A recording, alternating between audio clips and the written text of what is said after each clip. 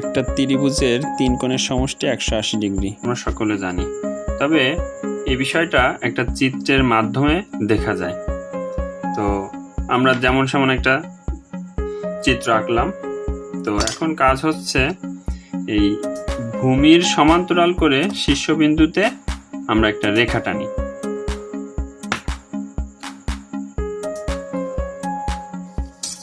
তো এই ভূমির সমান্তরাল করে শীর্ষবিন্দুতে আমরা একটা রেখা টানলাম।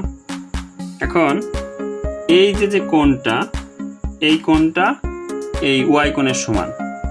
কেন? একান্তর কোণ বলে। আবার এই কোণটা, এই জেড কোণটা এই পাশের এই কোণটার সমান। কেন? একান্তর কোণ বলে। তাহলে আর এই এক্স কোণটা, এটা তো ত্রিভুজের ভিতরে আছে, এই রেখার ভিতরে আছে। তাহলে আমরা বলতে পারি এই